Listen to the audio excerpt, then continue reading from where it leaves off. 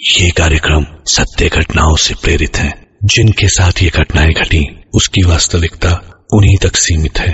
भूत प्रेतों और असामान्य विषयों के होने पर चैनल कोई दावा नहीं करता और न ही प्रोत्साहन करता है। सो हे एवरीवन, कैसे हैं आप सब? मेरा नाम है दीपक विश्वकर्मा और आप देख रहे हैं dark legend horror stories YouTube channel, जहां मैं आप सभी को डरावनी कहानियां सुनाता रहता हूं। और आज की जो ये वीडियो एक स्पेशल वीडियो है, क्योंकि इसके अंदर सिर्फ मैं ही नहीं बल्कि कुछ ऐसे क्रिएटर्स भी आपको कहानियां सुनाएंगे जिनकी आवाज़ में जादू है।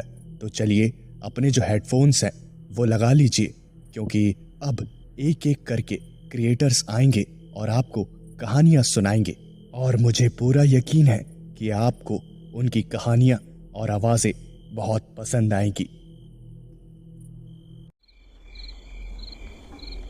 श्री श्यामा के जंगल, जिसके बारे में सबका मानना था कि उस जंगल में जो भी गया वो कभी वापस नहीं आया, लेकिन दो दोस्त जिनके अंदर ये चुल थी कि उन्हें जानना था कि वहां ऐसा क्या है कि लोग वहां जाते तो हैं मगर वहां से वापस नहीं आते। चलिए उन दोनों लड़कों की ये मुसीबत मोल लेने वाली कहानी शुरू करते हैं। आकाश और विजय दो बड़े ही पक्के दोस्त। दोनों का एक ही सपना था, बहुत बड़ा पैरानॉर्मल रिसर्चर बनना। दोनों को ही भूतिया जगहों में जाके वीडियो बनाना बहुत पसंद था और उसे यूट्यूब पे डाल के फेम कमाना भी। उन्होंने बहुत सी भूतिया जगहों का भ्रमण भी किया था, लेकिन उन्हें वहां कुछ खास अनुभव नहीं हुआ। वो हर जगह गए जिसके बारे में सबका मानना था कि वो भूतिया है, लेकिन सब बातें झूठी साबित हुई। उन्हें अपने ऊपर बहुत आत्मविश्वास था कि वो किसी भी डरावनी और भूतिया जगह से बचकर आ सकते हैं। छोटी मोटी हॉन्टेड जगहों में वो अक्सर जाते रहते थे, मगर उन्हें कुछ हाथ नहीं लगा। समय यूं ही गुजरता जा रहा था और उन्हें कुछ समझ नहीं आ रहा था कि अगली किस लोकेशन पे जाएं जहां जाकर उन्हें कुछ पैरानॉर्मल एक्सपीरियंस हो सके। एक दिन विजय अपने YouTube वीडियोस के कमेंट्स पढ़ रहा था तो उसकी नजर अपनी एक वीडियो के एक कमेंट पर गई, जिसमें लिखा था कि तुम ऐसे ही आलतू फालतू के हॉन्टेड जगहों में जाते रहो, मगर श्री श्यामा के जंगल में मत जाना, वरना वहां से वापस नहीं आओगे, मारे जाओगे। विजय ने तुरंत आकाश को वो कमेंट दिखाया और फिर क्या था, श्री श्यामा फॉरेस्ट के बारे में सारी इंफॉर्मेशंस निकाली गई और अगला टारगेट बनाया गया श्री श्यामा फॉरेस्ट। दोनों ने ट्रिप का सारा इंतजाम किया और फिर निकल पड़े श्री श्यामा की ओर। वहां पहुंचने के बाद उनका यही प्लान था कि वहां के जंगल में पूरी रात बितानी है और वहां की एक एक गतिविधि को कैमरे में रिकॉर्ड करना है और बस ज्यादा से ज्यादा व्यूज और सब्सक्राइबर्स हासिल करने हैं और पॉपुलर होना है। श्री श्यामा फॉरेस्ट उनके शहर से काफी दूर था, इसलिए सुबह तड़के ही वो अपनी कार से वहां के लिए निकल गए। ड्राइव करते करते शाम हो गई थी। कैसे भी करके दोनों वहां पहुंचे।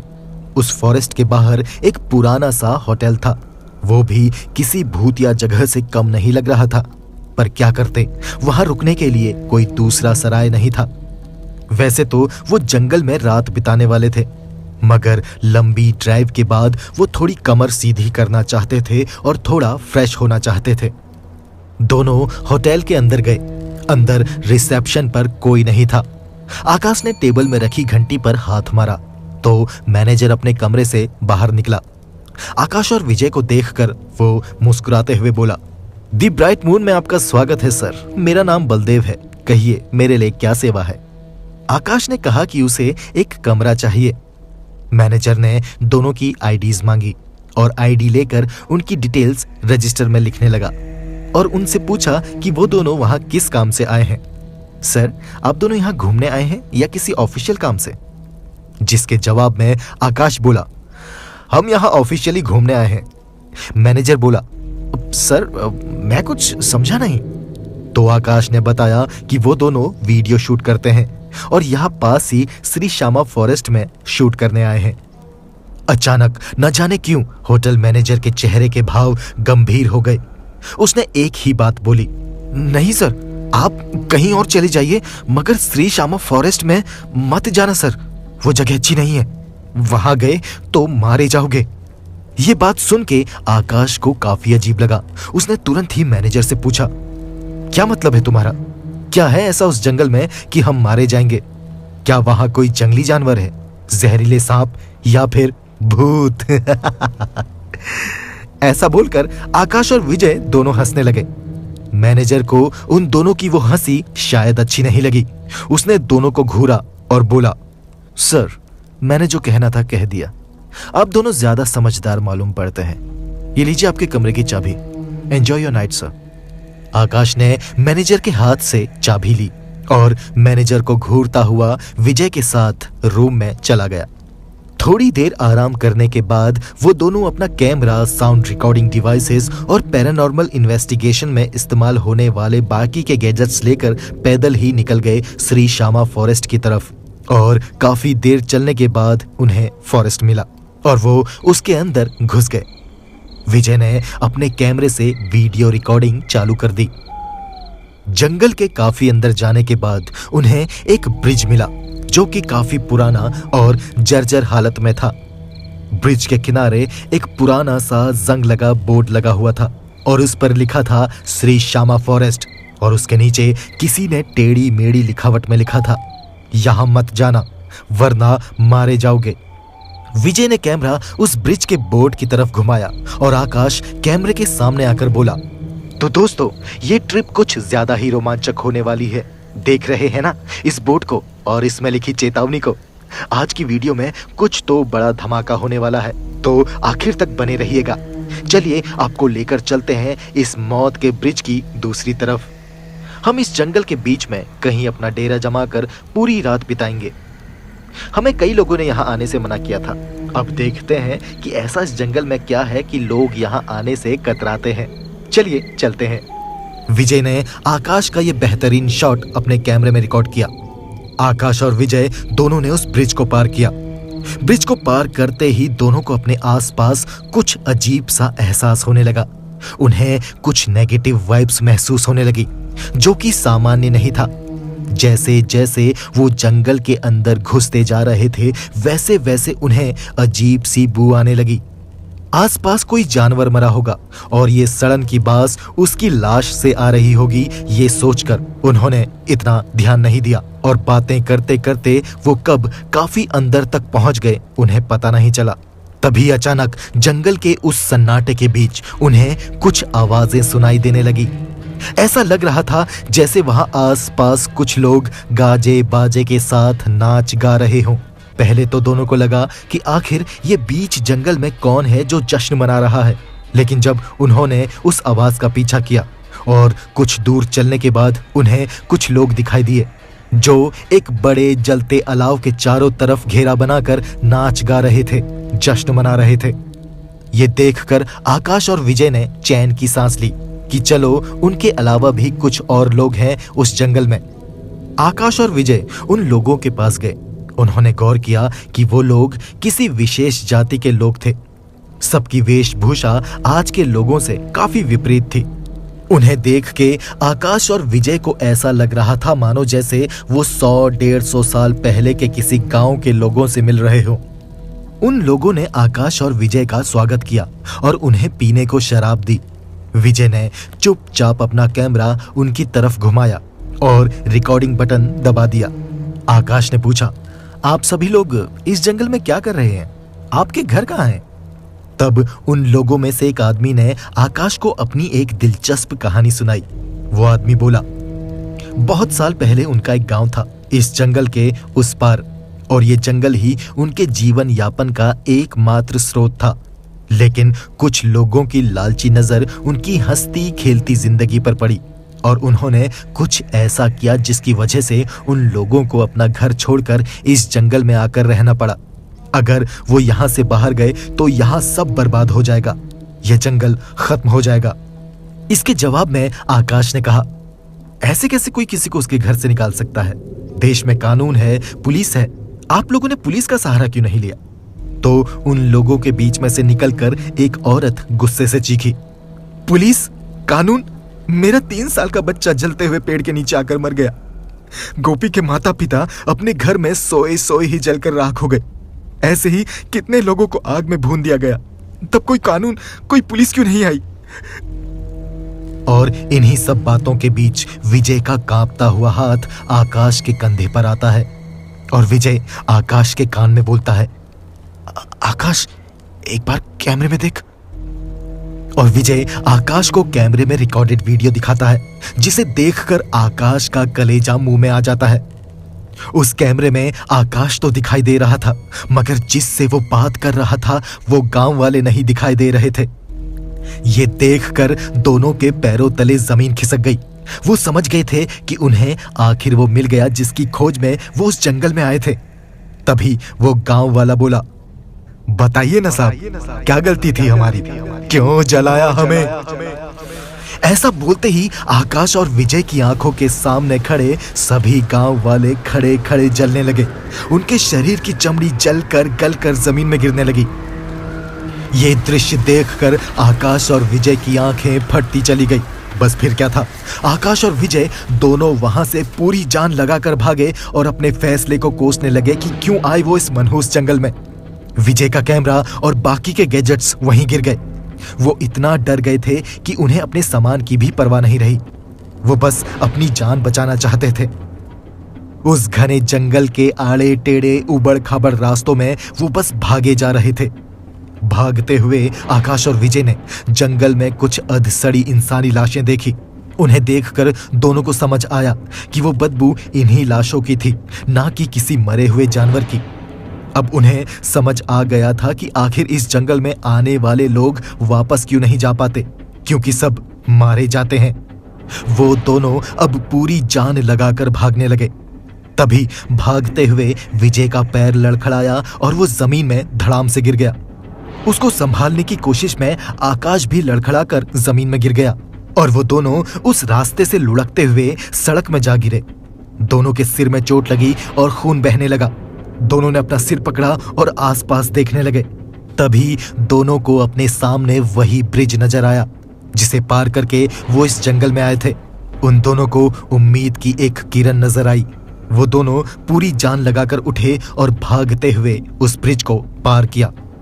और फिर क्या था, वो दोनों बिना पीछे देखे भागते भागते कैसे भी करके उस होटल तक पहुंचे और हांफते हुए रिसेप्शन की कुर्सी में बैठे बैठे सो रहे मैनेजर के पास गए। मैनेजर ने आंखें खोली और आकाश और विजय की तरफ देखा और मुस्कुराते हुए बोला, कहा था ना साहब, श्री श्यामा फॉरेस्ट में मत जाना, मारे जाओगे। ये कहकर वो जोर जोर से हंसने लगा। आकाश बोला, ये क्या कह रहे हो? हम आ तो गए हैं वहां से जिंदा, क्या तुम्हें दिखाई नहीं देता? मैनेजर बोला, हाँ दिखाई दे रहा है, तभी तो कह रहा हूं, अपने पीछे देखो। आकाश और विजय ने डरते हुए अपने पीछे देखा और जो देखा वो देखकर उनके होश उड़ गए, क्योंकि वो दोनों अभी भी उसी नर्क में थे, उसी जंगल में। और वो गांव वाले उन्हें चारों तरफ से घेर के नाच रहे थे। उन गांव वालों की आंखें बड़ी और सफेद हो चली थी और वो दांत भींचे अपने होठों पर कुछ मंत्र पढ़ रहे थे। एक आदमी के हाथ में एक बड़ा सा धारदार कुल्हाड़ा था, जिसे देखकर लग रहा था मानो वो कुल्हाड़ा आकाश और विजय की बलि देने के लिए ही उठाया गया हो। और जिस आदमी के हाथ में वो कुल्हाड़ा था वो आदमी कोई और नहीं, वही होटल का मैनेजर बलदेव था। वो होठों पे अजीब सी मुस्कान लिए आकाश और विजय के पास आया। क्यों, लग गया ना झटका? मैं यहाँ भी और वहां भी। तुम लोग सोच रहे होंगे कि ऐसा कैसे हुआ। मैं बताता हूँ। मैं हूँ इस जंगल का सबसे बड़ा जादूगर। मैं जिंदा को मुर्दा और मुर्दों को जिंदा कर सकता हूँ। जिन्हें मरने की चिल होती है उन्हें मार डालता हूँ और जिन्हें जीने का हक होता है उन्हें जिंदा कर देता हूँ। तुम दोनों को जीने का कोई अधिकार नहीं, इसलिए मरने के लिए तैयार हो जाओ। आकाश गिड़गिड़ाता हुआ बोला, पर हम दोनों ने किसी का कुछ नहीं बिगाड़ा, तो हमें सजा क्यों मिल रही है? बलदेव भौवें सिकोड़ते हुए गुर्राया, क्या कहा? नहीं बिगाड़ा, बिगाड़ा है। ये जंगल मेरा है, मेरे लोगों का है। तुम लोगों ने इसे बर्बाद करने की नियत से इस पर कब्जा करना चाहा, और जब मेरे लोगों ने इसका विरोध किया तो तुम लोगों ने उन्हें जिंदा जला डाला। तुम्हें सजा जरूर मिलेगी, और तुम्हारी सजा है मौत। आकाश और विजय जमीन में घुटनों के बल निशब्द बैठे रहे। पास ही जमीन में गिरे हुए कैमरे में सब कुछ रिकॉर्ड हो रहा था।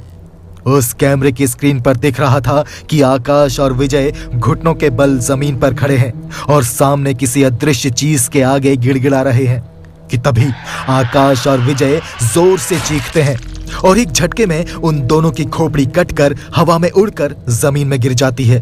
और ये घटना कैमरे में रिकॉर्ड हो जाती है और फिर कैमरे की बैटरी के साथ ये कहानी यहीं खत्म हो जाती है।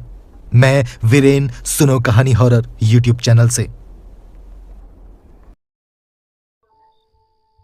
हे गाइस, मैं हूं अभिषेक ऑसम नाइट्रेट्स यूट्यूब चैनल से, और आप अभी सुन रहे हैं dark legend horror stories YouTube channel. शायद आप सोच रहे होंगे कि आज मैं इस चैनल पर कैसे। मैं सबसे पहले कॉन्ग्रेचुलेशंस देना चाहूँगा अपने भाई दीपक को, जिनके चैनल पर 10K सब्सक्राइबर्स पूरे हो गए हैं, और इसी के सेलिब्रेशन के तौर पर आज आपको 2 कहानियाँ मैं अपनी आवाज़ में सुनाऊंगा। इसी के साथ हम बढ़ते हैं कहानियों की तरफ। फर्स्ट स्टोरी आकाश की है। आइए उनकी स्टोरी को उन्हीं के शब्दों में जानते हैं। मेरा नाम आकाश है और ये बात उस समय की है जब मैं अपने दोस्त के साथ उत्तराखंड घूमने के लिए गया था। दरअसल मैंने उत्तराखंड की बहुत तारीफ़ें सुनी थी। मेरे दोस्त भी हमेशा इस बात का बखान करते रहते थे कि उत्तराखंड कितना खूबसूरत है। दरअसल मेरे उस दोस्त का गांव भी उत्तराखंड में ही था। इसी कारण से उसने मुझे इनवाइट करा था, तो मैंने भी उसे हाँ बोल दिया और हम दोनों कार से वहाँ पर पहुँचे। मेरा दोस्त ड्राइव कर रहा था और मैं साइड वाली सीट पर बैठा हुआ था। मैं काफ़ी देर से देख रहा था कि उसे काफ़ी थकान सी हो गई थी, यानी कि वो काफ़ी देर से ड्राइव करते करते थोड़ा थक सा गया था। इसीलिए मैंने उससे बोला, भाई अब तो इधर आ जा, मैं चला लेता हूँ। पर उसने कहा नहीं, मैं चला लूँगा, और वो ड्राइव करता रहा। पर थोड़ी देर बाद उसने खुद ही बोल दिया कि हाँ भाई तू ड्राइव कर ले, मैं थोड़ा थक गया हूँ।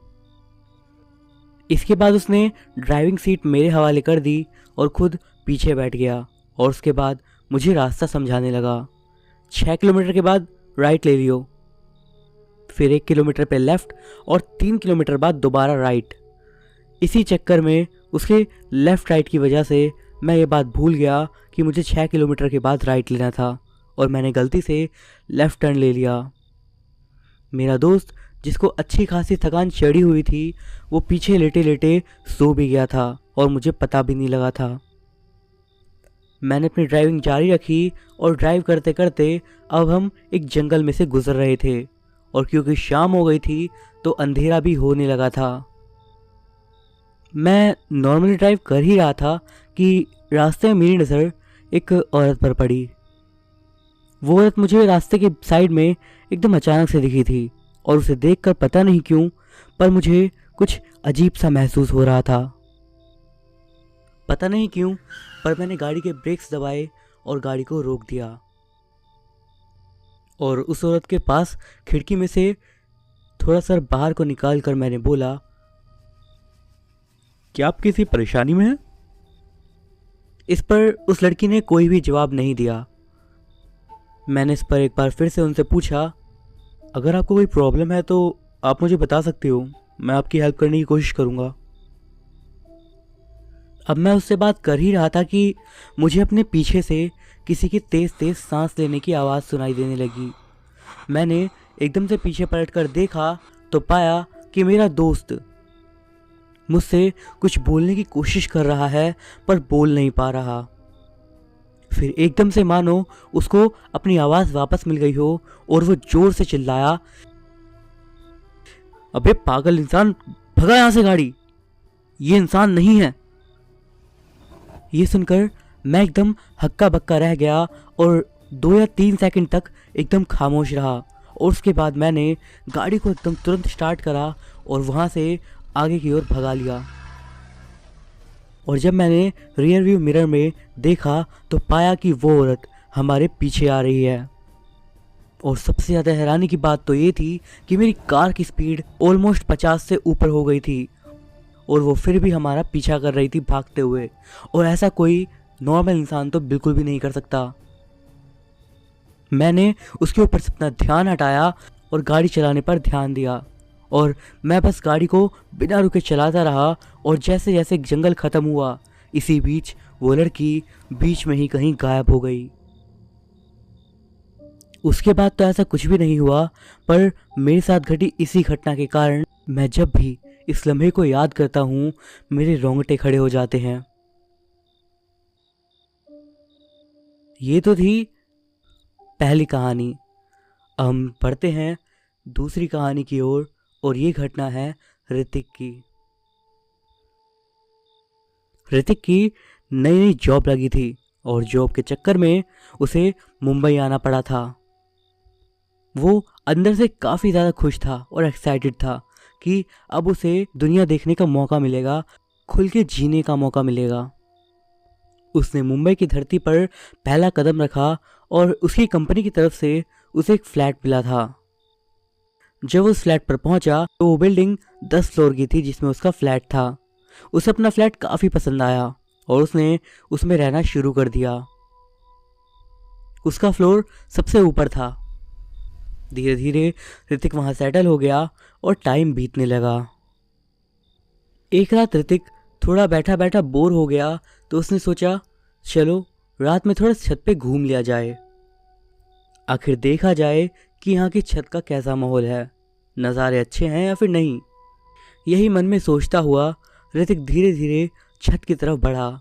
लेकिन जब वो ऊपर पहुँचा तो दरवाजे पर एक नोटिस चिपका हुआ था जिसमें लिखा था रात के 12 बजे के बाद छत पर जाना मना है। और ये पढ़कर ऋतिक काफ़ी ज़्यादा सरप्राइज हुआ और उसे अजीब भी लगा, पर उसने इस बात को नज़रअंदाज करना सही नहीं समझा और वो वापस अपने फ्लैट में आ गया। कुछ दिनों बाद एक रात जब वो सो रहा था, अचानक से लाइट चली जाती है और गर्मी के कारण ऋतिक की आंख खुल जाती है। गर्मी के कारण अब वो धीरे धीरे परेशान होने लगा और फिर गर्मी से बचने के लिए उसके दिमाग में एक ही आइडिया आता है, छत पर घूम लेना। और नोटिस की चिंता ना करते हुए वो छत पर चला जाता है और वहाँ जब वो पहुँचता है तो पाता है कि छत पर एक लड़की पहले से ही खड़ी थी। और वहाँ पर पहुँचने के बाद ऋतिक ने भी उससे बातचीत करी और धीरे धीरे उस लड़की से उसकी जान पहचान हुई। उस लड़की ने बताया कि वो 5th फ्लोर पर रहती है और उसका नाम शिवानी है। और यह कहकर थोड़ी देर बाद ही शिवानी वहाँ से चली जाती है और लगभग कुछ 1 मिनट बाद ही लाइट वापस आ जाती है। इसी कारण ऋतिक भी वापस अपने फ्लैट में चला जाता है। अगले दिन ऑफिस में पूरे दिन ऋतिक शिवानी के बारे में ही सोच रहा था और रात में जब वो बिल्डिंग में घुसता है तो लिफ्ट फुल थी, जिस कारण से वो सोचता है कि मैं सीढ़ियों से ऊपर चला जाता हूँ। कुछ फ्लोर्स ऊपर जाने के साथ ही ऋतिक देखता है कि शिवानी लिफ्ट में से परेशान सी होकर बाहर निकलती है। वो कुछ घबराई हुई थी और सीधा नीचे की तरफ भागने लगती है और ऋतिक टेंशन में आ जाता है और वो भी उसके पीछे पीछे भागने लगता है और भागता हुआ नीचे आता है। बट कुछ फ्लोर नीचे आते ही वो देखता है कि वहाँ पर कोई भी नहीं था और इस चीज़ को देखकर वो पसीने से भीग जाता है और वो नीचे खड़े सिक्योरिटी गार्ड के पास भागता हुआ पहुँचता है और उससे पूछता है कि एक लड़की यहाँ पर भागते हुए आई, तुमने देखा उसे? इसके जवाब में सिक्योरिटी गार्ड ने उसे मना कर दिया और कहा नहीं, यहाँ से कोई भी नहीं गया है। ऋतिक जिद करने लगा तो सिक्योरिटी गार्ड ने कहा आओ तुम्हें मैं सीसीटीवी फुटेज दिखाता हूँ। ऋतिक भी उसकी बात मान जाता है और उसके साथ जाता है और तब सीसीटीवी की फुटेज देखकर उसकी रूह कांप जाती है। वो देखता है कि ऋतिक लिफ्ट के बाहर रुकता है और थोड़ी देर हवा में ही बात भी करता है और वहाँ से अपने आप ही नीचे की तरफ भागने लग जाता है। और ये देखकर ऋतिक का सर घूम जाता है और वो सिक्योरिटी गार्ड से पूछता है कि ये 5th फ्लोर वाली शिवानी कहाँ है। वो इसी लिफ्ट से निकली थी और ऐसा कैसे हो सकता है कि शिवानी इस सीसीटीवी की फुटेज में नहीं आई है। पर शिवानी का नाम सुनकर सिक्योरिटी गार्ड के चेहरे पर पसीने आ जाते हैं और वो डरता हुआ कहता है, साहब आप रात में छत पे गए थे? इसके जवाब में ऋतिक हाँ कह देता है और सिक्योरिटी गार्ड वहीं पर अपना सर पकड़कर ज़मीन पर बैठ जाता है। और ऐसा करते हुआ देखकर उसे ऋतिक पूछता है, क्या हुआ? इसके जवाब में गार्ड कहता है कि जब आपको मना करा गया था, इतना बड़ा नोटिस लगाया गया था, तो आप छत पर क्यों गए? ये कहकर सिक्योरिटी गार्ड ऋतिक का गला पकड़ लेता है और अपने आप को बचाते हुए ऋतिक गार्ड को धक्का देता है और वहाँ से निकलकर भागने लगता है। ऋतिक को ऐसे भागता हुआ देखकर रात में ही सब अपने अपने घर से निकलते हैं और पूछने पर ऋतिक अपने साथ हुई सारी बातें उन्हें बता देता है, जिसके जवाब में उन्हीं में से एक अंकल कहते हैं कि बेटा पी कर आए हो क्या? गार्ड तो आज छुट्टी पे है, तो तुमको कहाँ से मिल गया?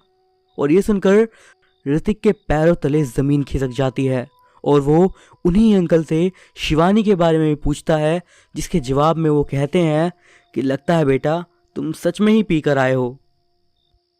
5वां माला तो कई सालों से खाली पड़ा हुआ है। शिवानी तो सालों पहले वहाँ पर रहती थी, लेकिन उसने छत पर से सुसाइड कर लिया था। और ये सब सुनकर ऋतिक की आंखों के सामने अंधेरा सा छाने लगता है और अब ऋतिक अपने फ्लैट में चक्कर खाता हुआ वापस चला जाता है और सीधा अपने बेड पर जाता है और लेट जाता है। थोड़ी देर बाद वो ध्यान देता है कि लिफ्ट से कोई आ रहा है और ऋतिक अपने घर का दरवाज़ा खोलने से पहले की होल से झांकता है तो उसे सामने शिवानी दिखती है, जिसकी आंखों में देखते ही ऋतिक अपने दरवाजे को खोल देता है और ना चाहते हुए भी बाहर आता है। लेकिन बाहर आते ही वो देखता है कि वहाँ पर कोई भी नहीं है। ऋतिक की हालत ख़राब हो जाती है और वो चुपचाप अपने फ्लैट के अंदर जाकर सो जाता है। ऋतिक जितने समय तक उस फ्लैट में रहा उसे काफ़ी ज़्यादा अजीब लगने लगा और उसने जल्द ही उस फ्लैट को छोड़ दिया। पर यह इंसिडेंट उसका पीछा शायद ज़िंदगी भर कभी ना छोड़े। कैसी लगी आपको ये दोनों कहानियाँ? कमेंट करके ज़रूर बताइएगा और dark legend horror stories channel को अगर आपने अब तक सब्सक्राइब नहीं करा है तो ज़रूर करिएगा। हेलो दोस्तों, मैं आपको सुनाने जा रही हूँ एक बहुत ही डरावनी कहानी। मेरा नाम विनय है। ये बात 5 साल पुरानी है, जब मैं सिटी में नया आया था। पहले एक छोटा सा घर रेंट पर लिया और फिर काम की तलाश करने लगा। मैं अपने गांव में एक मेडिकल शॉप में काम किया करता था। मुझे मेडिसिन्स की पहचान थी, इसलिए मेडिकल शॉप्स पर जाकर काम की तलाश करने लगा। मैं बहुत शॉप्स पर गया, लेकिन हर जगह मुझे सिर्फ निराशा ही मिली। फिर मैं काम ढूंढते ढूंढते एक सुनसान रास्ते पर आ गया और वहाँ मैंने देखा कि एक छोटी सी मेडिकल शॉप थी। मैंने सोचा कि चलो यहाँ भी पूछ ही लेता हूँ। मैंने वहाँ के ऑनर से बात की और फिर उन्होंने मेरा टेस्ट लिया। मैंने सारे टेस्ट क्लियर कर लिए और फिर उन्होंने मुझे नौकरी पर रख लिया। मैं वहाँ काम करने लगा। मेरे अलावा वहाँ 3 लड़के और काम करते थे और मेरी उन तीनों से काफ़ी अच्छी दोस्ती हो गई। एक दिन शॉप के ऑनर ने कहा कि किसी को रात के टाइम पर शॉप पर रहना पड़ेगा, क्योंकि उनको किसी ज़रूरी काम से कुछ दिनों के लिए सिटी से बाहर जाना था। उन्होंने रात में रुकने के लिए मुझे कहा। मैं चाहता तो नहीं था, लेकिन मैं क्या करता। मैंने ना चाहते हुए भी हाँ में सर हिला दिया। रात के वक्त मेरे सारे दोस्त घर चले जाते थे और मैं अकेला शॉप पर रहता था। जो शॉप दिन के वक्त इतनी खूबसूरत लगती थी, वही शॉप रात के वक्त काफ़ी ज़्यादा डरावनी लगती थी। लेकिन मैं जैसे तैसे काम करता था। एक रात मैं काउंटर पर बैठा हुआ था, तभी अचानक से एक लड़की शॉप पर आई। मैंने उस लड़की से पूछा, आपको क्या चाहिए? उस लड़की ने कहा कि उसे बुखार है, लेकिन उसके पास पैसे नहीं हैं। मुझे थोड़ा अजीब लगा, लेकिन फिर मैंने उसे दवा निकाल कर दे दी। मैंने सोचा, अगर ये सच कह रही है तो दवा देना ही सही होगा, और झूठ बोल रही होगी तो 100 रुपये की दवा से मेरा क्या नुकसान हो जाएगा। उस रात के पास से वो लड़की मुझे रोज़ दिखाई देने लगी। मुझे काफ़ी अजीब लगता था कि इतनी रात को ये लड़की क्यों भटकती रहती है। फिर मैं सोचता था कि मेरा क्या जाता है, घूमने दो। ऐसे ही एक रात वो फिर से शॉप पर आई और मुझसे नाम पूछा। पहले तो मुझे अजीब लगा, लेकिन फिर मैंने उसे नाम बता दिया। धीरे धीरे उससे मेरी दोस्ती हो गई और वो रोज़ आकर मुझसे बातें करने लगी। मैं भी काफ़ी खुश था। एक सुबह जब मेरे दोस्त आए और उन्होंने मुझसे मेरी खुशी का राज पूछा, तो मैंने सारी बात बता दी। वो हंसने लगे और मुझसे मजाक करने लगे और बोले कि वो भी उस लड़की से मिलना चाहते हैं। लेकिन मुझे पता नहीं था कि उस लड़की को ये बात पसंद आएगी या नहीं। इसलिए मैंने उनसे कहा कि आज रात जब वो आएगी तो तुम सब एक जगह छुप कर उसे देख लेना। जब रात को मैं अपनी शिफ्ट के लिए आया तो मेरे दोस्त घर नहीं गए और एक जगह छुप कर बैठ गए। रात के करीब 12 बजे वो लड़की शॉप पर आई और मैंने हर रात की तरह उस रात भी उससे बात की और वो कुछ देर बाद चली गई। कुछ देर बाद मेरे दोस्त वहाँ आए और उन्होंने मुझसे पूछा कि आखिर कब आएगी तेरी दोस्त, हम कब से वेट कर रहे हैं। मैंने उनसे कहा कि अभी तो आकर गई है, और वो एक दूसरे की शक्ल देखने लगे और मुझसे कहा, भाई यहाँ तेरे अलावा कोई नहीं था, हम कब से छुप कर देख रहे हैं। मैं गुस्से में उन्हें सीसीटीवी फुटेज दिखाने ले गया और फिर मैंने देखा कि वो लड़की उस फुटेज में रिकॉर्ड नहीं हुई थी। मुझे कुछ भी समझ नहीं आया, आखिर क्या हो रहा है। मैंने हर दिन की फुटेज चेक की, लेकिन वो एक भी फुटेज में नज़र नहीं आई। फिर मेरे दोस्त ने मुझसे कहा, शायद जिसे तू लड़की समझ रहा है वो कोई आत्मा होगी, तभी फुटेज में रिकॉर्ड नहीं हुई। ये सुनकर मुझे 1 हफ्ते तक बुखार रहा और मैंने वहाँ से जॉब छोड़ दी। लेकिन वो लड़की मुझे आज भी कभी कभी नज़र आती है। सो हे एवरीवन, स्वागत है आप सभी का डार्क लेजेंड हॉरर स्टोरीज में। सबसे पहले तो कॉन्ग्रेचुलेशंस दीपक भाई को 10K सब्सक्राइबर्स के लिए। और आज इसी खुशी के मौके पर मैं आप सभी को कुछ हॉरर स्टोरीज सुनाने वाला हूं। तो चलिए शुरू करते हैं।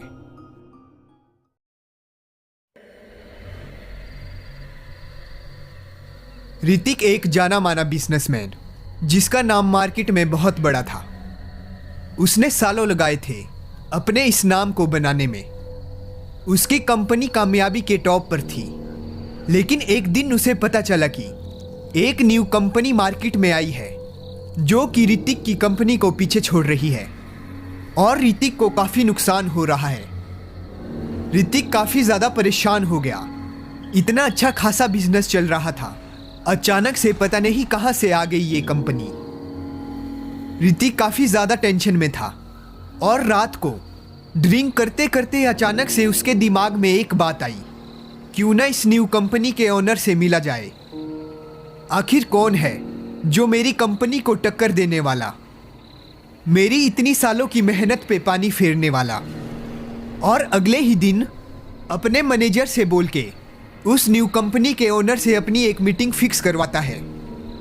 मीटिंग के वक्त वो उस कंपनी के ओनर से मिलने चला जाता है और उस न्यू कंपनी का ओनर काफ़ी छोटा होता है ऋतिक से। उसका नाम रोहित था। उन दोनों की काफी लंबे वक्त तक मीटिंग चलती है।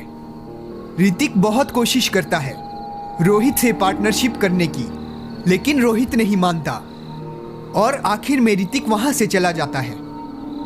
और वो अब काफी ज्यादा गुस्से में भी था। वो अपने घर पहुंचकर वापस से टेंशन में पीना शुरू कर देता है और अपनी कंपनी को हो रहे नुकसान से कैसे बचाया जाए ये सोच ही रहा होता है, लेकिन उसे कुछ समझ नहीं आता और नशे में उसके दिमाग में एक ऐसा रास्ता सूझता है जो कि किसी भी एंगल से ठीक नहीं था। ऋतिक अपना फोन निकाल के एक नंबर डायल करता है और वो कहता है, एक बंदे को खत्म करना है, 20 लाख मिलेंगे, 10 अभी, 10 काम होने के बाद। और सामने से आवाज आती है, हो जाएगा, कब खत्म करना है? और ऋतिक मुस्कुराते हुए कहता है, कल मौका देखते ही उड़ा देना। और अगले दिन ऋतिक काफी खुश होता है कि आज उसका बहुत बड़ा काम हो जाएगा और उसकी कंपनी वापस से टॉप पे होगी। और यही सोचता सोचता मुस्कुराते हुए दिन बिताता है और रात को उस हिटमैन को कॉल करता है, लेकिन हर बार सिर्फ एक ही आवाज सुनाई देती है उसे, इस नंबर से आप संपर्क करना चाहती है वह अभी स्विच ऑफ है, कृपया कुछ समय पश्चात प्रयास करें। The number you are calling is currently switched off. Please try later. अब ऋतिक काफी ज्यादा परेशान हो गया था कि काम हुआ कि नहीं और कहीं वो मेरे पैसे लेकर भाग तो नहीं गया। यही सब सोचते सोचते ऋतिक और टेंशन में आ गया। उसकी सारी खुशी टेंशन में बदल गई और रात के 2 बजे अचानक से ऋतिक का फोन बजने लगा।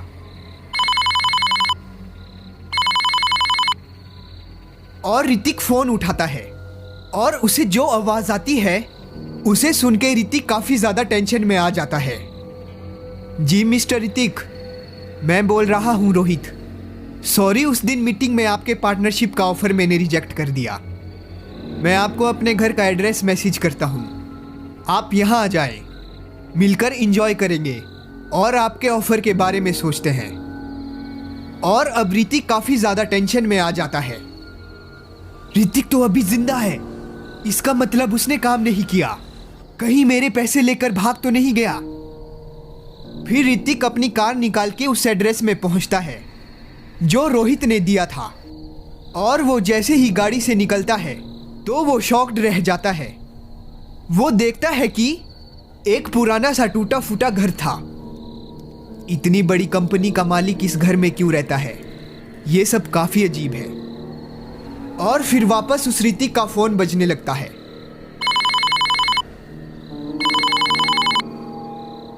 और कहाँ रह गए आप? आए नहीं? जिसके जवाब में ऋतिक कहता है, मैं आ गया हूं, तुम्हारे घर के बाहर हूं, अंदर आ रहा हूं। और अंदर घुसते ही ऋतिक देखता है कि रोहित ड्रिंक करने के सारे इंतजाम के साथ चेयर पे बैठा था। और वो ऋतिक को देखते ही तुरंत उठ के कहता है, आप कहाँ रह गए थे? मैं आपका कब से वेट कर रहा था। सॉरी, मैंने इतनी रात को आपको परेशान किया, लेकिन आपके जाने के बाद मैंने सोचा आपका ऑफर बुरा नहीं था, बल्कि हम दोनों का ही फायदा है। हम साथ काम करेंगे, आइए ना, बैठिए। और ऋतिक अभी भी काफी परेशान था क्योंकि उसके 10 लाख जो डूब गए थे। फिर वो दोनों साथ में पी रहे होते हैं। तभी अचानक से ऋतिक का फोन बजने लगता है और वो फोन उसी हिटमैन का था। वो तुरंत कॉल उठाता है और नेटवर्क का बहाना करते करते रोहित से दूर जाता है, जिससे रोहित को शक ना हो। और वो कहता है, अबे एक काम दिया था तुझे, वो नहीं हुआ तुझसे है? मेरे पैसे खा गया तू बेटा, बहुत महंगा पड़ेगा तुझे। जो कि फोन स्विच ऑफ करके बैठ गया, छोड़ूंगा नहीं तुझे। और वो हिटमैन जवाब देता है, अरे साहब, पागल हो गए हैं क्या? उसको मैं अपने हाथों से मार के आया हूं, पूरी 6 गोलियां उसके सर में उतार के आया हूं, समझे? अब बताओ पूरे पैसे कब मिलेंगे? जिसके जवाब में ऋतिक कहता है, पागल लिखा है क्या मेरी शक्ल पे? वो मेरे साथ ही बैठा है, मेरे पीछे है, समझा? और ऋतिक पीछे मुड़ के देखता है और ऋतिक के पैरों तले जमीन खिसक जाती है। वो देखता है कि वो चेयर पूरी खाली पड़ी थी। वो आवाज लगाता है कि शायद इधर उधर लेने कुछ गया होगा, लेकिन उसके आवाज लगाने पे भी कोई आवाज नहीं आती। और फिर वो वापस हिटमैन से बोलता है, अरे भाई, सच में मार दिया तूने उसे? तो मेरे साथ कौन था अभी तक? जिसके जवाब में एक आवाज आती है, तेरी मौत। ऋतिक तुरंत वहां से भागने के लिए दरवाजे के पास पहुंचता है, लेकिन अचानक दरवाजा बंद हो जाता है।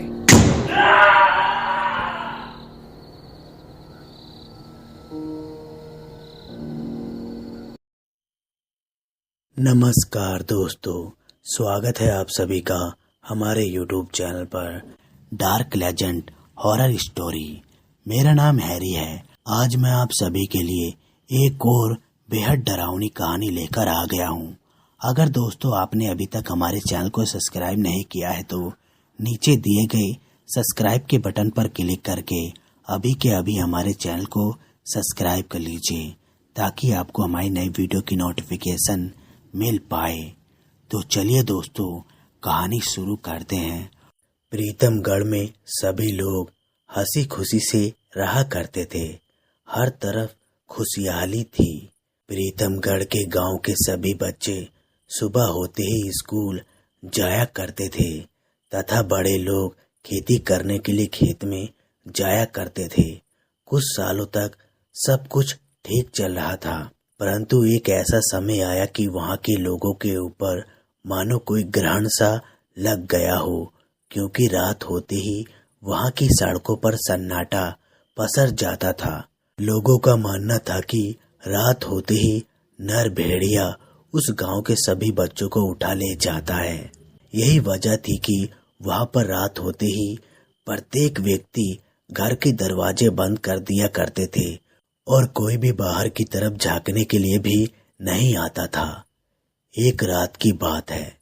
सोनू नाम का लड़का किसी तरह बाहर निकलकर फ्रेश होने के लिए जाता है कि तभी उसे ऐसा लगता है जैसे कि कोई उसके पीछे पीछे आ रहा है। वो पीछे पलटकर देखता है कि आखिर माजरा क्या है, लेकिन उसे कोई नजर नहीं आता। वो इसको अपना भ्रम समझता है और अपनी मस्ती से चलता हुआ जाता है। गाना गुनगुनाता हुआ वो बहुत दूर निकल आता है। उसे यही नहीं पता चलता कि मेरा घर कितना दूर हो गया है। तभी उसके कानों में कहीं से गुर्राने की आवाज आती है। वो बहुत डर जाता है। तभी उसकी सिट्टी पिट्टी गुम होने लगती है। वो अपने चारों तरफ नजर घुमाकर देखता है, लेकिन उसे कोई नजर नहीं आता। लेकिन तभी पीछे से उसके पिताजी दौड़ते हुए उसकी तरफ आते हुए नजर आते हैं और उसे बोलते हैं कि सोनू, सोनू, कहाँ चला गया है मेरे बेटे? और उसके पास आते हुए जोर से उस पर चिल्लाने लगते हैं कि रात के समय पर तुम्हें यहाँ इतनी दूर कहाँ चले आए थे? तुम्हारी माँ बहुत परेशान हो रही थी और मैं भी तुम्हें चारों तरफ ढूंढ रहा था। सोनू डरा हुआ और सहमा हुआ अपने पिता के सामने खड़ा था, पर कुछ जवाब नहीं दे पाया। और इतना कहते ही उसके पिता उसे खींचते हुए अपने घर ले जाते हैं।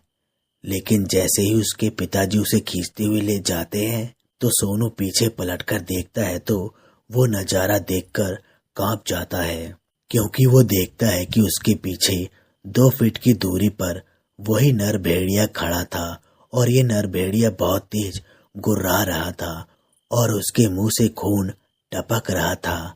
उसके नुकीले दांत ऐसे लग रहे थे मानो जैसे वो सोनू को अभी अभी खा जाएगा। उस बच्चे की आंख में दहशत साफ साफ दिखाई दे रही थी। वो रात भर सो नहीं पाया था। वो जब भी झपकी लेता उसे वही भेड़िया नजर आता। खैर, किसी तरह ये रात गुजर जाती है। प्रीतमगढ़ के पूरे गांव में उस भेड़िए की दहशत साफ साफ नजर आ रही थी। सभी के जुबान पर उस भेड़िए का नाम गूंज रहा था।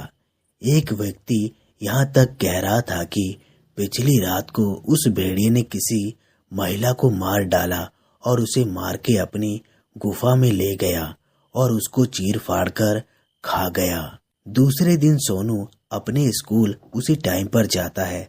वहां पहुंचते ही वो देखता है कि मैथ के एक टीचर जिनका नाम सुधासु है, आज वो छुट्टी पर है। सोनू सुधासु का घर जानता था, इसलिए वो छुट्टी होने के बाद अपने टीचर सुधासु से मिलने के लिए उनके घर पर चला जाता है। सोनू उनके घर के सामने जाकर खड़ा हो जाता है और घर के बाहर बनी हुई खिड़की से अंदर झांकने की कोशिश करता है। तब उसे पता चलता है कि सुधासु जी दीवार की तरफ मुंह करके कुछ खाने की कोशिश कर रहे हैं। खिड़की पर एक अजीब तरीके का शीशा लगा हुआ था, जिससे वो अंदर की तरफ झांक कर देखते हैं, परंतु उसे अंदर कुछ साफ साफ नजर नहीं आता है। लेकिन इतना तो तय है कि सुधांशु के मुख पर किसी का खून लगा हुआ था। ऐसा सोनू ने उस खिड़की से झांक कर देखा था। वो खिड़की से अंदर की ओर झांकने की कोशिश करता है, तभी उसका पैर फिसल जाता है और वो नीचे धड़ाम से गिर जाता है। उसके गिरने की आवाज को सुनकर सुधासु एकदम से पीछे पलटकर देखता है कि तभी सोनू वहां से भाग जाता है। लेकिन सुधासु को ये पता चल जाता है कि खिड़की से कौन झांक रहा था। अब सोनू को लगने लगता है कि हो न हो जो भेड़िया बनता है वो हमारे मैथ के टीचर सुधासु ही हैं, क्योंकि उसने खिड़की से सुधासु के चेहरे पर खून के निशान देखे थे। अगले दिन सोनू स्कूल आता है तो वो सुधांशु सर के पास जाने से डरता है। सुधांशु सर मैथ की क्लास ले रहे हैं कि तभी उन्हें पता चलता है कि जो सोनू के पैर में चोट लग रही है और वो लंगड़ा कर चल रहा है। सुधांशु सोनू के पास जाता है और उनसे पूछता है कि बेटा तुम्हारा पैर में क्या हुआ जिसकी वजह से तुम लंगड़ा रहे हो। तो सोनू डरता हुआ झूठ बोलकर बताता है कि सर कल मैं मैच खेल रहा था, जिसकी वजह से दौड़ते हुए मेरे पैर में चोट लग गई। लेकिन सुधांशु यहाँ पर समझ जाता है कि कल जो मेरे घर की खिड़की से झांक रहा था वो और कोई नहीं, ये छोटा बच्चा सोनू ही है। एक रात सुधांशु खेत के बीच में बैठकर कुछ हवन कुंड में आहुति दे रहा था। वहां से निकलने वाले कुछ व्यक्ति सुधांशु को ऐसा करते हुए देख लेते हैं और उसके पास जाकर पूछते हैं कि तुम तो स्कूल में पढ़ाने वाले मास्टर हो और इतनी रात को यहाँ पर क्या कर रहे हो। जब वो लोग सुधांशु के चारों तरफ का नजारा देखते हैं तो हक्के बक्के रह जाते हैं, क्योंकि सुधांशु के चारों तरफ कई सारे नर कंकाल पड़े हुए थे और हवन सामग्री, हल्दी और वो हवन में आहुति देते हुए नजर आ रहा था।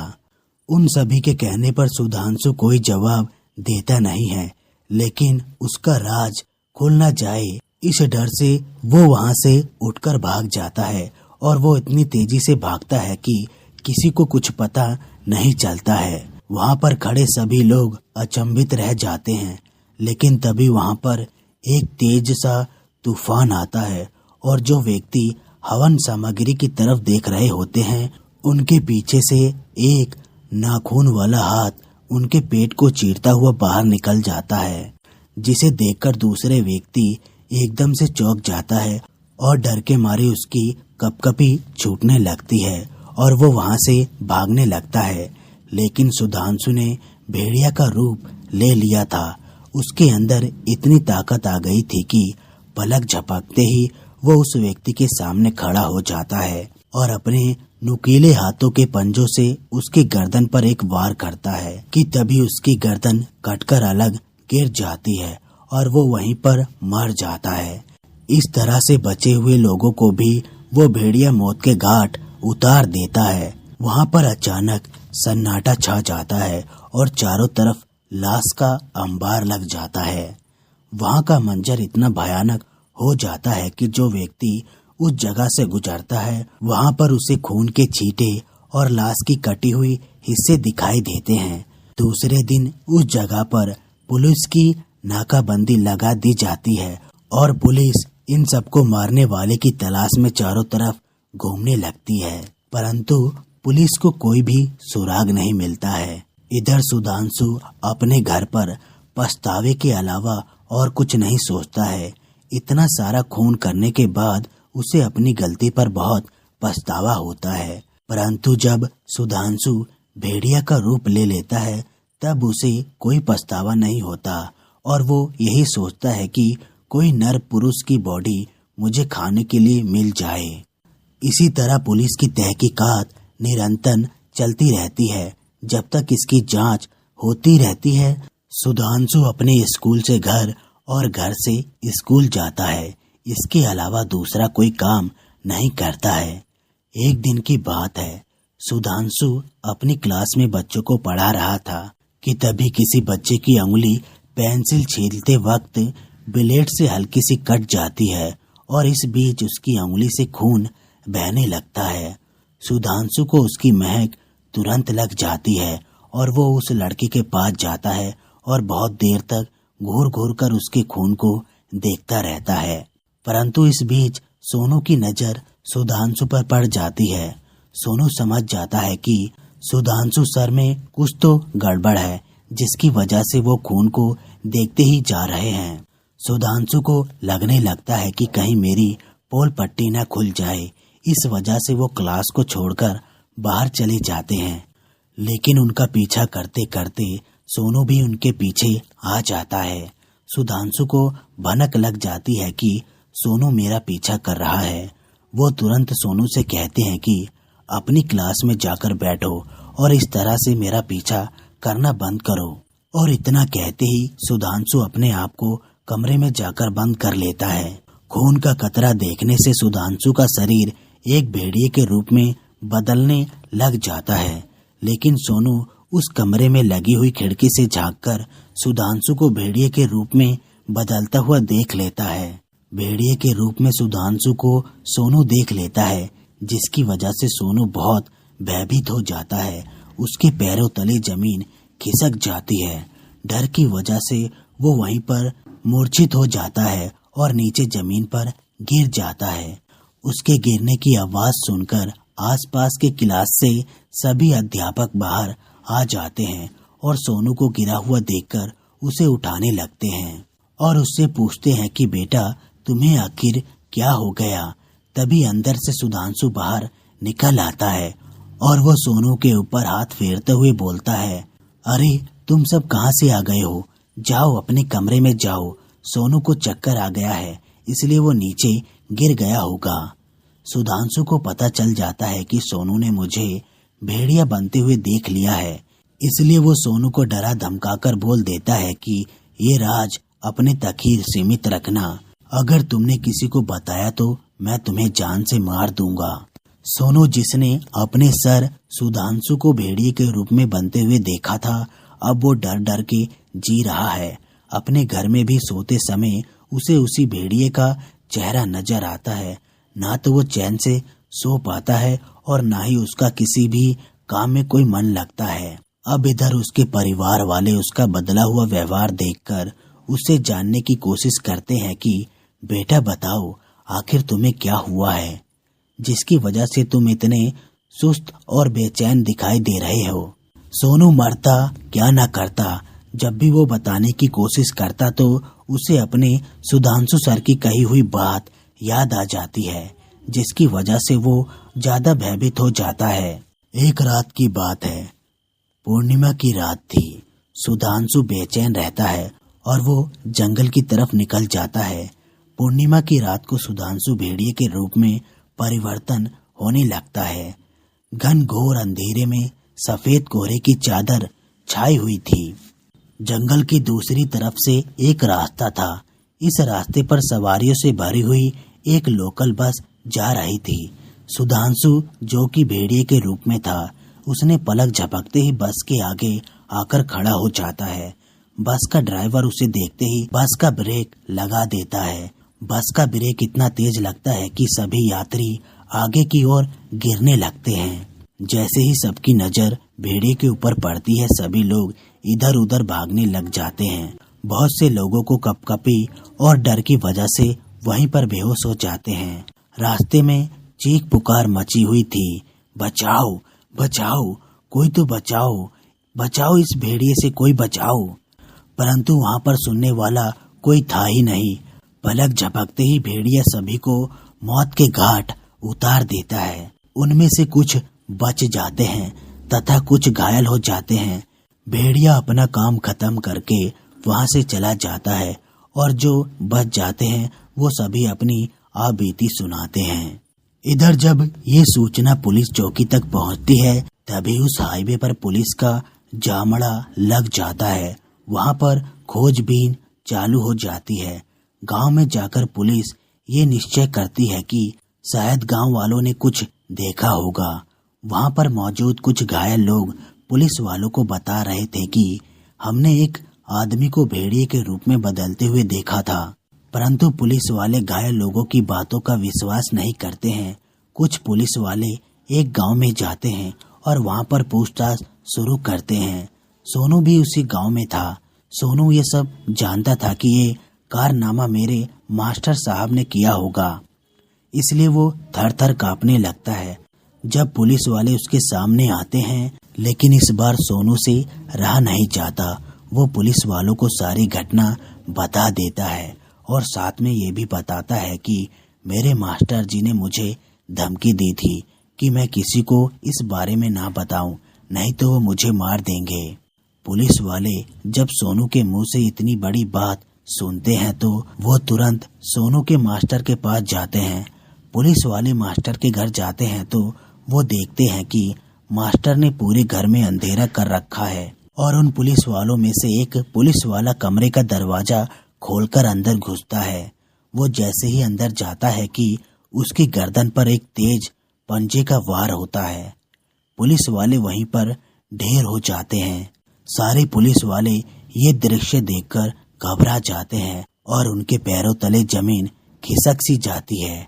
उनमें से एक पुलिस वाला मास्टर जी को आवाज लगाता है, परंतु अंदर से कोई आवाज बाहर नहीं आती है। तभी बाहर से अंधाधुंध फायरिंग शुरू हो जाती है, लेकिन वो नर भेड़िया बाहर नहीं आता है। तभी सारे पुलिस वाले अंदर जाने का विचार बनाते हैं। एक एक करके सभी पुलिस वाले अंदर जाने लगते हैं, लेकिन तभी वहां पर उस नर भेड़िए का तांडव शुरू हो जाता है। वो सभी पुलिस वालों को चुन चुन कर मौत के घाट उतार देता है। उस नर भेड़िए की ताकत दिन पर दिन बढ़ती जा रही थी। उसे पता चल जाता है कि हो न हो सोनू ने सबके सामने मेरा राज खोल दिया है। अब सोनू के घर सोनू को मारने के लिए जाता है। जब ये बात सोनू के परिवार में सबको पता चल जाती है तो वो सोनू को बचाने के लिए एक तांत्रिक के पास जाते हैं। वो तांत्रिक सिद्धि पुरुष और तंत्र मंत्र विद्याओं से परिपूर्ण था। उसको ज्ञान हो जाता है कि ये नर भेड़िया ही सभी को मार रहा है। दोनों के परिवार वालों से कहता है कि मेरे पास एक दिव्य खंजर है। यदि ये खंजर उस भेड़िए के दिल में कोई घुसा दे तो वो नर भेड़िया हमेशा के लिए मर जाएगा और फिर कभी भी हमारे गांव में इस तरह का आतंक नहीं हो पाएगा। वो तांत्रिक कुछ ऐसा ही करने वाला था। भेड़िया जैसे ही सोनू के घर पहुंचता है, वहां तांत्रिक ने पूरी तैयारी पहले से ही करके रखी हुई थी। भेड़िया सोनू को मारने के लिए आगे बढ़ता है कि तभी तांत्रिक अपना खंजर लेकर उसके दिल में वार कर देता है। देखते ही देखते वो भेड़िया एकदम से तड़पने लगता है और तुरंत मास्टर का रूप धारण कर लेता है। फर्श पर खूनी खून बिखर जाता है और भेड़िए की मौत वहीं पर हो जाती है। तो दोस्तों, कहानी बस यहीं तक थी। कहानी आप लोगों को कैसी लगी, लाइक और कमेंट करके जरूर बताएं। और आप ऐसी ही खौफनाक और डरावनी कहानी सुनना चाहते हैं तो डिस्क्रिप्शन में लिंक दे दिया गया है, जाकर एक बार जरूर चेक कीजिएगा और डार्क लेजेंड हॉरर स्टोरी को भी सब्सक्राइब कर दीजिएगा। कॉन्ग्रेचुलेसन ब्रो, आपके चैनल पर 10 के सब्सक्राइबर पूरे हो गए हैं। मैं विनती करूंगा कि आप ऐसे ही आगे बढ़ते चलिए। अब मिलते हैं नेक्स्ट वीडियो में, तब तक के लिए धन्यवाद दोस्तों। रवि, विनय और रोहित 3 पक्के दोस्त थे और वो आपस में बातचीत कर रहे थे कि आखिर वो अपनी छुट्टियां कहाँ पर बिताने जाएं। और रोहित ने कहा, यार मैंने एक जगह के बारे में सुना है, अगर तुम दोनों कहो तो मैं उस जगह के बारे में बताऊं। और उसके बाद रवि और विनय ने कहा, हाँ हाँ बताओ, कौन सी है वो जगह और कहाँ पर है। और रोहित ने कहा, यार वो जगह हॉन्टेड है। ऐसा मैं नहीं, लोग कहते हैं। असल में शहर से दूर एक वीरान और सुनसान सी बिल्डिंग है और वहाँ कोई आता जाता नहीं है। लोगों का कहना है कि वो भूतिया है। अगर हमें कुछ नया एक्सपीरियंस करना है तो हमें वहाँ पर जाना चाहिए। जैसे ही ये बात रवि और विनय ने सुनी तब रवि ने कहा, यार ये तो बहुत अच्छा है, चल यहीं चलते हैं, मज़ा आएगा। मैं कभी हॉन्टेड प्लेस पर गया नहीं हूँ और ये मेरा पहला एक्सपीरियंस होगा। और फिर विनय ने कहा, क्या वहाँ पर जाना सही है? अगर लोग कहते हैं कि वहाँ पर भूत प्रेत है या फिर वो जगह हॉन्टेड है तो हमें वहाँ नहीं जाना चाहिए ना। और फिर रोहित ने कहा, ये देखो डरपोक कहीं का, क्या तू पागल है? तेरे को समझ नहीं आता? भूत प्रेत जैसा कुछ होता भी है जो तू ये सब बकवास कर रहा है। और तू अकेला थोड़ी है, हम भी तो साथ में है, मज़ा आएगा। वहाँ पर जाना पक्का करे तो? और फिर रवि ने कहा, हाँ हाँ पक्का, वहीं चलते हैं। और एक शाम को वो तीनों कार में बैठकर निकल पड़े। रवि बहुत ही ज़्यादा एक्साइटेड था और विनय थोड़ा बहुत नर्वस था और घबराया हुआ था। रोहित कार को ड्राइव कर रहा था और रोहित ने जब विनय की शक्ल देखी तब रोहित ने कहा, विनय क्या हुआ है, कुछ प्रॉब्लम है? और फिर विनय ने कहा, नहीं यार प्रॉब्लम तो नहीं है, बस सोच रहा हूँ कि हमें वहाँ नहीं जाना चाहिए, क्या पता वहाँ पर कुछ गड़बड़ हो जाए। और उसके बाद रोहित ने कहा, यार विनय भूत प्रेत जैसा कुछ होता ही नहीं है, वहाँ बस हम मजे के लिए जा रहे हैं, इसलिए ज़्यादा घबरा मत, समझा? कुछ भी नहीं होने वाला। और फालतू के जो ख्याल है ना वो अपने दिमाग से निकाल दे, हम वहाँ पर जाएंगे, एंजॉय करेंगे और वापस आ जाएंगे बस। और फिर रवि ने कहा, हाँ विनय रोहित सही कह रहा है, देखिए वहाँ पर जाकर बहुत मज़ा आएगा। काफ़ी देर तक कार को ड्राइव करते हुए रोहित कार को शहर से बाहर लेकर आ गया और शहर से बाहर एक जंगली इलाके में रोहित कार को लेकर चला गया। रवि ने कहा, क्या ये जो जगह है वहीं पर वो हॉन्टेड प्लेस है? और फिर रोहित ने कहा, हाँ यहीं पर है, वो पूरी डरावनी जगह है ना। विनय और रवि ने बाहर देखा तो उन दोनों को बाहर एक डरावना सा जंगल और डरावना सा अंधेरा नजर आ रहा था। उनको समझ नहीं आ रहा था कि आखिर, लेकिन रवि और रोहित काफी एंजॉय कर रहे थे। हेडलाइट की रोशनी में वो आगे बढ़ रहे थे और एक जगह आकर रास्ता जो था वो खत्म हो गया। और रवि ने कहा, क्या हुआ, गाड़ी क्यों रोक दी? हाँ। और उसके बाद रोहित जो था उसने कहा, यहाँ से आगे गाड़ी नहीं जाएगी, हमें पैदल जाना होगा। और रवि गाड़ी से उतर गया और विनय भी घबराता हुआ गाड़ी से उतर गया। वो तीनों एक दूसरे की शक्ल देखने लगे और जब रोहित ने विनय की शक्ल देखी तब उसे हंसी आ गई। और विनय ने रोहित से कहा, तुझे क्यों हंसी आ रही है, पागल हो गया है क्या? और उसके बाद रोहित ने कहा, तेरी ऐसी शक्ल देखकर कोई भी हंस देगा। यार तू तो ऐसे डर रहा है जैसे सच में यहाँ पर भूत प्रेत रहते हो। अरे भूत प्रेत जैसा कुछ भी नहीं होता, समझा? चल अब। वो तीनों जंगल के अंदर जाने लगे और जंगल बहुत ही ज्यादा डरावना था। विनय ने कहा, यार ये तो बहुत ही ज्यादा डरावना है, देखो मुझे डर लग रहा है, मैं नहीं जा रहा। और फिर रवि ने कहा, क्या यार तू पागल है क्या, यहाँ तक आ गया है, अब आगे जाने से क्यों डर रहा है? हाँ चल यार चलते हैं, मजा आएगा, समझा कर। रोहित और रवि के कहने पर विनय को मानना पड़ा और वो उनके पीछे पीछे चलता रहा। जंगल से बाहर निकलने के बाद उन्हें एक बहुत बड़ी बिल्डिंग नजर आई और वो बिल्डिंग जो थी वो पूरी सुनसान और वीरान थी। वो तीनों उस बिल्डिंग के पास आए और उस बिल्डिंग से कुछ अजीब सी आवाजें आ रही थी, जैसे उस बिल्डिंग के अंदर बहुत सारे लोग रो रहे हों। ऐसी आवाजें सुनकर रोहित ने कहा, क्या तुम्हें कोई आवाजें सुनाई दे रही हैं? और उसके बाद रवि और रोहित ने और विनय ने ध्यान से कान लगाया। उसके बाद उन्हें कोई आवाजें नहीं सुनाई दी।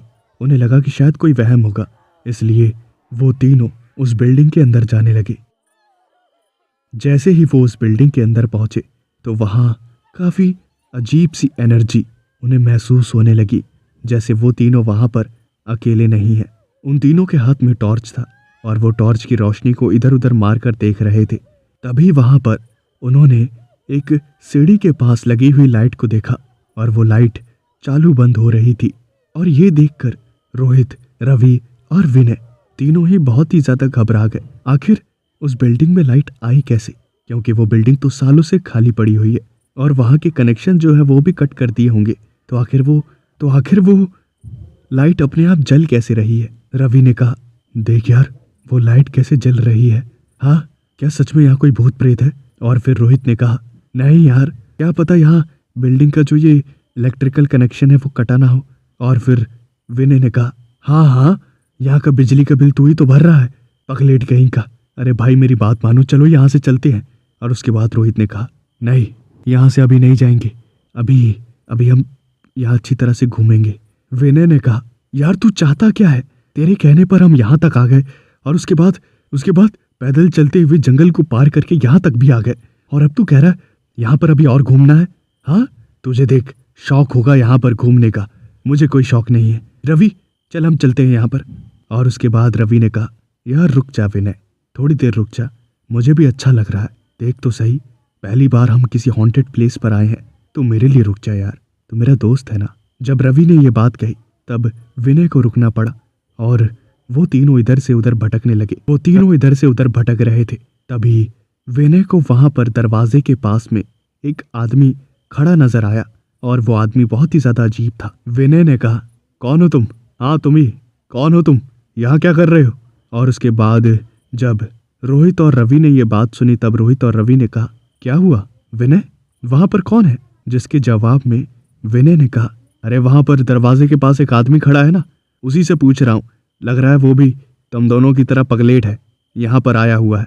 रवि के अलावा उन दोनों को वो आदमी नजर नहीं आ रहा था। और रोहित और रवि ने कहा, अच्छा तो तू अब हमें बेवकूफ़ बना रहा है कि हम डर जाएं और यहाँ से चल दे, है ना? देख, हम बेवकूफ़ नहीं बनने वाले, समझा तू? और फिर विनय ने कहा, यार तुम्हें वहां पर वो खड़ा आदमी नजर नहीं आ रहा? क्या तुम पागल हो गए हो?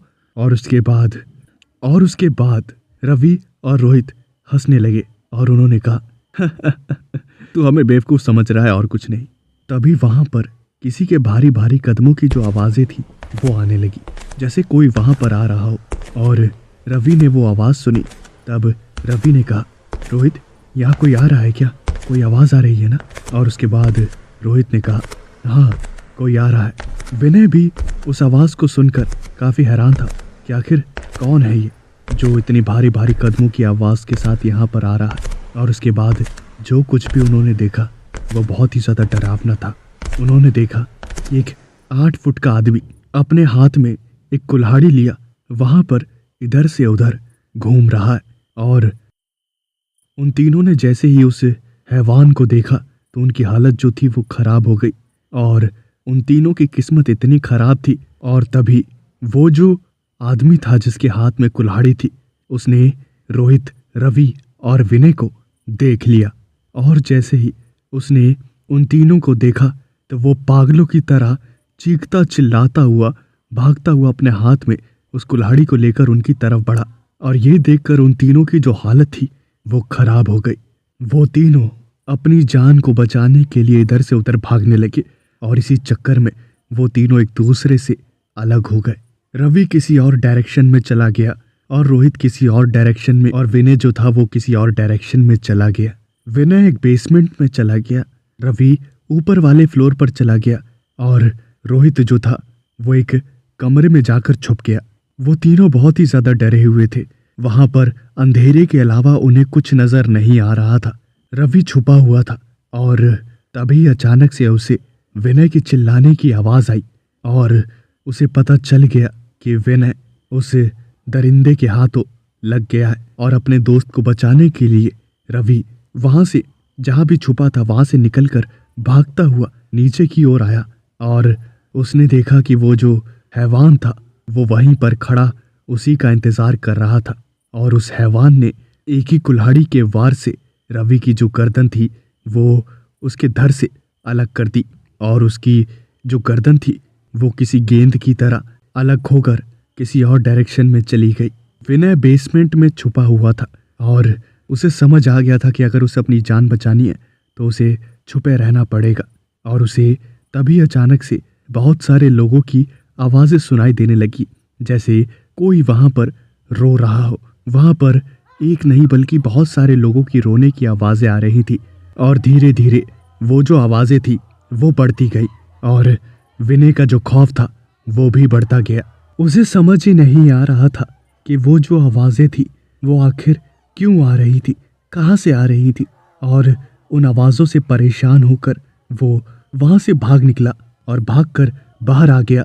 और यही उसने सबसे बड़ी गलती करी, क्योंकि बाहर वही हैवान अपने हाथ में उस कुल्हाड़ी को लिए खड़ा था और उस कुल्हाड़ी पर रवि का जो खून था वो लगा हुआ था। ये देखकर विनय को समझ आ गया कि उसने बहुत बड़ी गलती कर दी है और तभी विनय कुछ कर पाता। उससे पहले ही उस हैवान ने विनय का भी वही हाल किया जो उसने रवि का किया। एक ही वार में उसने विनय की गर्दन को काट कर अलग कर दिया और उसके बाद वो उस कमरे में पहुंच गया जहां पर रोहित छुपा हुआ था। रोहित बहुत ही ज़्यादा डरा हुआ था और तेज़ी से सांस ले रहा था। तभी उसे वहां पर एक अखबार मिला और उस अखबार में कुछ आर्टिकल्स लिखे हुए थे और उस आर्टिकल्स में एक हॉस्पिटल के बारे में बताया गया था। और वो हॉस्पिटल एक मेंटल हॉस्पिटल था जहां पर मानसिक रूप से बीमार लोग आते थे और अपना इलाज करवाते थे। लेकिन ज़्यादातर लोग कुछ इस कदर से अपना मानसिक संतुलन खो देते थे कि वो वापस ठीक नहीं हो पाते थे और उनके परिवार वाले उन्हें इस हॉस्पिटल में छोड़ देते थे। हॉस्पिटल का जो स्टाफ था वो मरीजों के साथ बिल्कुल भी अच्छा व्यवहार नहीं रखता था और उन्हें जानवरों की तरह रखा जाता था। ना ही उनकी कोई केयर करता था, ना ही उन्हें टाइम पर खाना मिलता था। न जाने कितने सारे मानसिक रूप से बीमार लोग उस हॉस्पिटल में मर गए और उस हॉस्पिटल में कई सारे लोगों की आत्माएं जो थी वो भटकने लगी और बाकी मरीजों को परेशान करने लगी। डॉक्टर्स और जितना भी स्टाफ था वो सभी बहुत परेशान रहने लगे, जिसकी वजह से उन्होंने हॉस्पिटल को पूरा खाली कर दिया। और उसके बाद वो हॉस्पिटल जो था वो हॉस्पिटल एक वीरान बिल्डिंग में बदल गया जहां पर कोई आता जाता नहीं है। और उसी के बगल में एक और आर्टिकल छिपा हुआ था और उस आर्टिकल में एक ऐसे साइको किलर की फोटो बनी हुई थी जिसके हाथ में एक कुल्हाड़ी थी और उस साइको किलर को लोगों को मारने में बड़ा मजा आता था। उसने बहुत सारे खून किए थे जिसकी वजह से उसे मौत की सज़ा सुनाई गई थी और उसे इलेक्ट्रिक चेयर पर बैठाकर इसी हॉस्पिटल में मार दिया गया था। और लोगों को आज भी उस हैवान की जो आत्मा है वो परेशान करती है। और वो जो फोटो थी वो और किसी की नहीं बल्कि उसी हैवान की थी जो उस पूरी बिल्डिंग में घूम रहा था। रोहित को समझ आ गया था कि उसने बहुत बड़ी गलती कर दी है और तभी उसने कदमों की आवाज़ें सुनी और उसे पता चल गया कि उस हैवान ने उसे ढूंढ लिया है। उस दरिंदे ने रोहित का भी वही हाल किया जो हाल उसने रवि और विनय का किया था और उन तीनों की मौत वहीं पर हो गई। और कहते हैं कि उन तीनों की आत्मा भी आज उस वीरान सुनसान खंडहर बिल्डिंग में घूमती है और वो कुल्हाड़ी लेकर वो दरिंदा अपने अगले शिकार का इंतजार करता है। रात का वक्त था और जॉन ऑफिस से घर वापस जा रहा था। वो बहुत ही ज़्यादा खुश था क्योंकि उसकी बेटी का उस दिन जन्मदिन था। वो अपनी बेटी के लिए केक लेकर जा रहा था। तभी उसने सोचा कि अगर वो अपनी बेटी के लिए कुछ गिफ्ट लेकर जाएगा तो उसकी बेटी बहुत ज़्यादा खुश होगी। इसलिए गिफ्ट की तलाश में वो मार्केट में अपनी बेटी के लिए किसी अच्छी गिफ्ट की तलाश करने लगा। लेकिन बहुत ढूंढने के बाद भी उसे कोई ढंग की चीज़ नहीं मिली और वो बहुत ही ज़्यादा परेशान हो रहा था। तभी अचानक से एक अंधेरी सी गली में उसने एक बूढ़ी औरत को देखा जो कि खिलौने लेकर बैठी हुई थी। और जॉन ने सोचा क्यों ना उस बूढ़ी औरत से ही पूछ लिया जाए कि उसके पास कौन कौन से खिलौने हैं। क्या पता उसके पास कोई अच्छा खिलौना हो जो उसकी बेटी को पसंद आए। और यही सोचकर जॉन उस अंधेरी गली में चला गया और उसने उस बूढ़ी औरत से कहा, मेरी बात सुनिए, मुझे एक गिफ्ट चाहिए मेरी बेटी के लिए। कुछ ऐसा खिलौना दो जो मेरी बेटी को पसंद आए। और फिर उस बूढ़ी औरत ने अपनी टोकरी में से एक गुड़िया को निकाला और उस गुड़िया को दिखाते हुए बोली, ये लीजिए, ये आपकी बेटी को ज़रूर पसंद आएगा। जॉन ने उस गुड़िया को देखा तो वो गुड़िया बहुत ही ज़्यादा खूबसूरत थी और जॉन को पसंद आ गई। जॉन ने कहा, हाँ गुड़िया अच्छी है, कीमत बताओ मुझे। और उस बूढ़ी औरत ने कहा, इस गुड़िया की कीमत सिर्फ 500 रुपये है। और जैसे ही ये बात जॉन ने सुनी तब जॉन ने कहा, क्या 500 रुपये इस गुड़िया की? क्या लूट मचा रखी है तुमने? क्या मेरी शक्ल पे तुम्हें बेवकूफ़ लिखा नजर आ रहा है? हाँ, सच सच बताओ इसकी कीमत। मैं मोल भाव करने वाला इंसान नहीं हूँ, सही कीमत बताओ, मैं तुम्हें पैसे दे देता हूँ। और उसके बाद उस बूढ़ी औरत ने कहा, साहब आप पूरे बाजार में घूम लीजिए, आपको ऐसी गुड़िया नहीं मिलेगी। और मैं कोई ज़्यादा नहीं बता रही हूँ, 500 रुपये इसके लिए ठीक कीमत है। आप गुड़िया को भी देखो कितनी सुंदर है, आपकी बेटी को बहुत पसंद आएगी। और उसके बाद जॉन ने कहा, हाँ वो सब तो ठीक है, लेकिन 500 रुपये किसी भी तरह से ठीक नहीं है।